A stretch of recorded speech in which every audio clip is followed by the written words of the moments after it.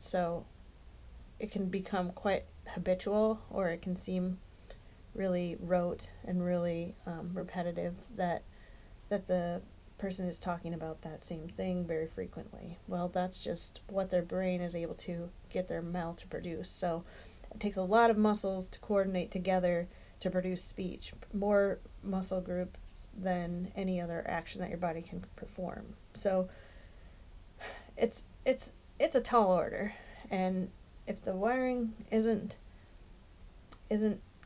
doing what it's supposed to be doing, then it's unreliable output. The expressive language is going to be unreliable. So that's very common and very confusing for people. Motor planning also affects body movement. So a lot of autistic people talk or write about having impulsive body movements that they don't necessarily have control over, or if it's what's considered a stim and it's a repetitive movement that they like to do, it might just really help them, and it just really calms them or makes them feel happy or ecstatic, and it's just pleasurable. So when you're living in a very chaotic world and you're processing all of your channels simultaneously at the same intensity, so you've got auditory, visual, olfactory, kinesthetic, tactile, all of this information coming in at the same time and the same intensity level, it's very hard to filter out or to instinctively know what it is that you're supposed to attend to in that moment. And so sometimes that's overwhelming, and a stim or a body movement can really relieve that and can really help a person come back to center. So most people are aware of those things when they're doing them, and whether they can or cannot stop, it's very awkward for them to be stared at and to have people really gawking at them while they're doing that. So that's another thing that we can keep in mind, is to just try and just play it cool, and that's just a part of who they are. It's what they need to do to cope. And I think I already mentioned the impulsivity. A lot of autistic people talk a lot about how impulsive they are, and how they might know that it's not safe to run into the street, but really just can't resist in that instant. It's just something that their body propels them into, where they do feel out of control and wonder, why did I just do that? Or I know I'm not supposed to do that. And then most of the time they're getting, a finger lashing, and they're getting talked to about doing those things that they know they're not supposed to do, when they often can't explain, yes, I realize that. I realize that's not safe. I just couldn't help it. So that's another thing to keep in mind. Backing up for just a moment to the motor planning, that's another issue that kids with autism deal with all the time in schools, is that even though their body can do something one day, it may not be able to do it the next day. So they get a lot of flack from staff at schools for, refusing or being defiant. The teachers perceive that since they have seen them do it before, they can do it, and that they just don't want to. That's another misunderstanding that happens all the time, and it just is not the case at all. So really what I've learned is that once you get past those few issues, and set them aside and teach yourself what it is that's going on and understand it, then you can respond accordingly, and hopefully regard them with unconditional positive regard. Treat them the way that you would treat anyone else. Give them your respect, their dignity. Don't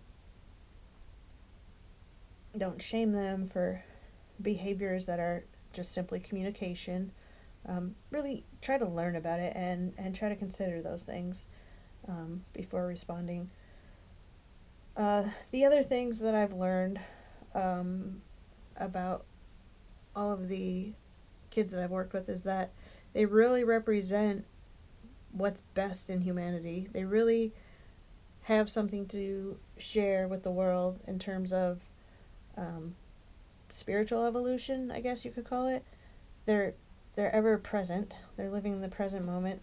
In fact, time seems to be very confounding. It seems that maybe autistic people are experiencing time as everything happening all at once rather than a linear fashion of past, present, and future.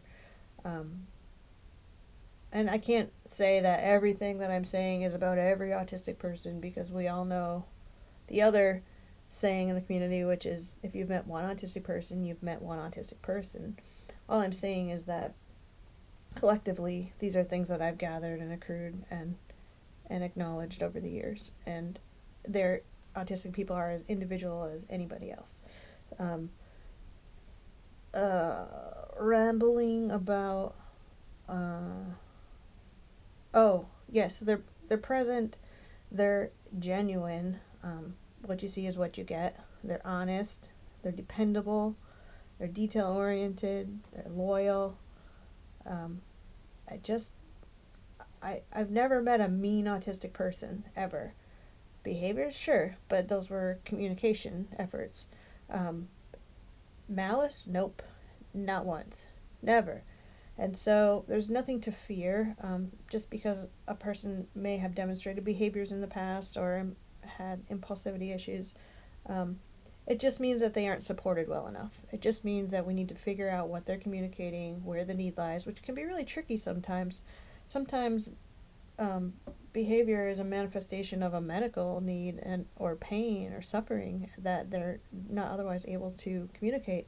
So we need to really pay attention and look at every little thing and read between the lines, and not just make assumptions and not just ask for compliance. Just asking for compliance is really snuffing out opportunities for communication. We need to help build communication. We need to help develop dynamic thinking. We need to help with executive functions. We need to offer support where it's needed or where it's asked for or where it's lacking. And that's the case with anybody. We all need support. We all have strengths. We all have weaknesses. So we really just need to address that individually with every person, autistic or not. Where do you need support? How can I help? Without being, what I'm not suggesting that they need our help. They're broken. We have to support them. No, I'm suggesting that their brains are wired in such a way that it's difficult for them to cope in this modern world that we live in. So what are some modifications that we can provide so that they can be successful? Because another thing that I've learned is that these guys can do anything, and even if a goal seems unattainable or far too big to reach, if you simply break it down into manageable steps and teach it step by step, they can master it. It is a complete myth that they're intellectually low or creativity is lacking or they have no imagination or any of these things that we used to hold true. None of it's true. These are amazingly well-rounded individuals, and if they do fixate on a subject matter, it's just out of comfort. Having things static, having things the same, trying to create order where there isn't order, is just a part of the condition. Their interests can certainly be broadened.